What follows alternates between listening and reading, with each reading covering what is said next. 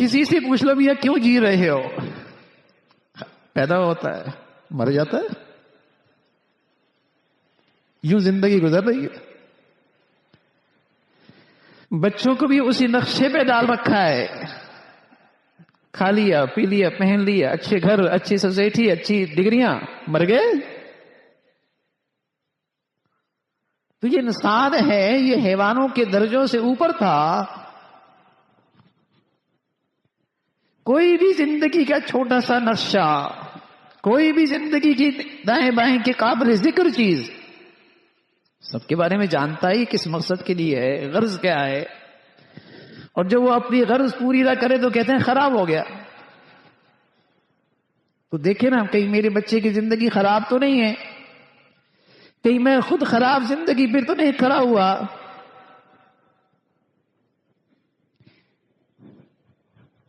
کیا فیصلے کر رہا ہوں اپنے لیے، اپنے بچے بچوں کے لیے؟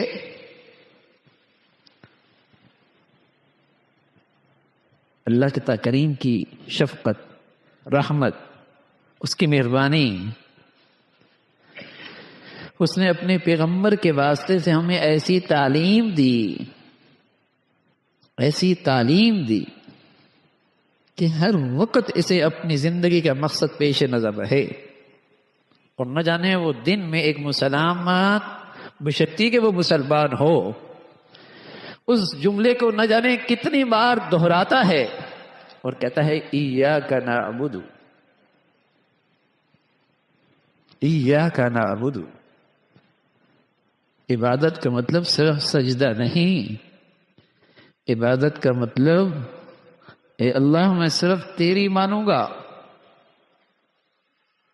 چاہے مقابلے پہ بادشاہ ہو،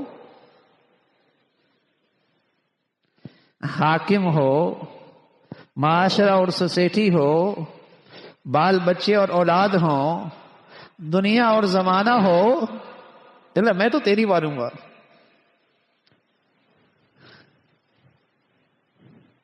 وَمَا خَلَقْتُ الْجِنَّ وَالْإِنسَ إِلَّا لِيَعْبُدُونَ۔ اللہ تعالیٰ نے غرض بتائی ہے کہ انسان اس دنیا میں اس مقصد سے غرض کے لیے پیدا کیا گیا کہ صرف اللہ کی مانے گا۔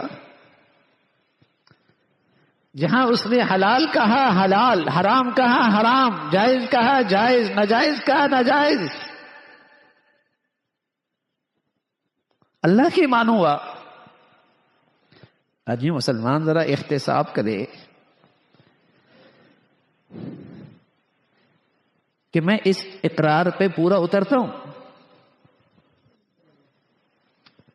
اس اقرار پہ جو اللہ کے سامنے بارہا کر رہا ہوں پورا اتر رہا ہوں۔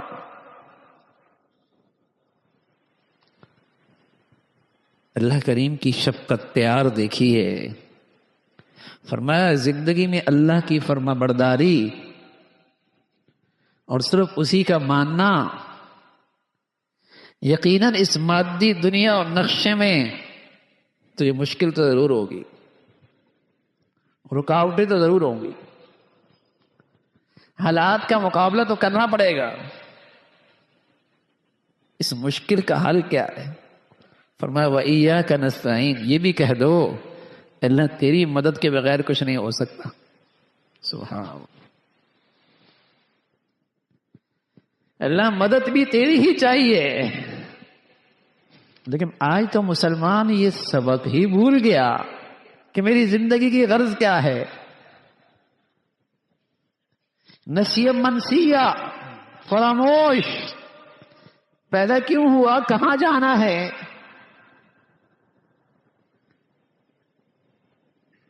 اس دنیا کے کارخانے میں یہ کیوں آیا ہے۔ میرے عزیزوں میں پھر عرض کر رہا ہوں، جب کوئی چیز اپنی غرض سے ہٹ جائے، جس مقصد کے لیے بنائی یا خریدی وہ کام پہ نہ آئے تو آپ بھی کہتے ہیں خراب ہو گئی۔ بگڑی ہوئی انسانوں سے اچھے گھر تھوڑی ہوا کرتے، بگڑے ہوئے انسانوں سے اچھی سوسائٹیاں اور معاشرے تھوڑی ہوا کرتے۔ کمزور گھر، کمزور پتھروں سے اچھی دیوار بنتی ہے کیا؟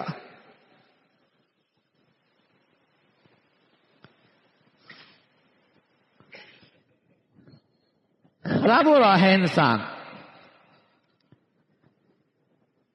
یہ بھول بیٹھا ہے کہ میں آیا کیوں. ہاں کوئی مسلمان اسے یہ فکر ہے کہ میں اللہ کی فرما برداری کے لیے اس دنیا میں آیا ہوں. یہ میری زندگی اور میری پیدائش کا مقصد ہے.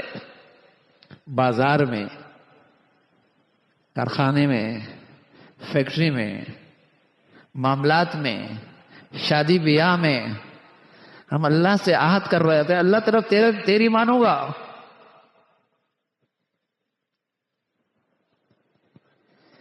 بتائیے یہ مسلمان کہلانے والا آج اللہ کی کتنی مانتا ہے. غرض تو اس کی زندگی کی یہ تھی،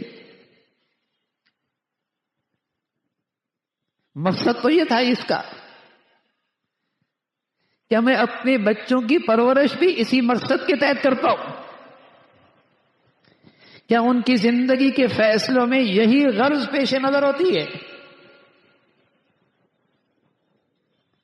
کیا میرے گھر اور میرے تعلیمی اداروں میں ان کی یہی ذہن سازی ہوتی ہے؟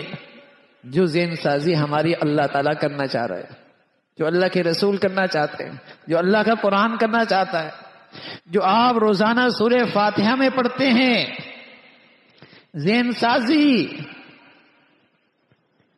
کہ ہر حال میں اللہ کی مانے. باپ کی بھی اطاعت نہیں، ماں کی بھی اطاعت نہیں، تو سوسائٹی اور معاشرے اور زمانے کی اطاعت کیسے؟ ان کی اطاعت وہی اطاعت ہے جس سے اللہ راضی ہوتا ہے.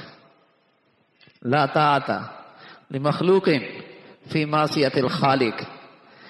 کسی مخلوق کی کوئی اطاعت فرما برداری نہیں جس میں اللہ کی نافرمانی ہوتی، جس سے خالق اور مالک کی ناراضگی ہوتی ہو.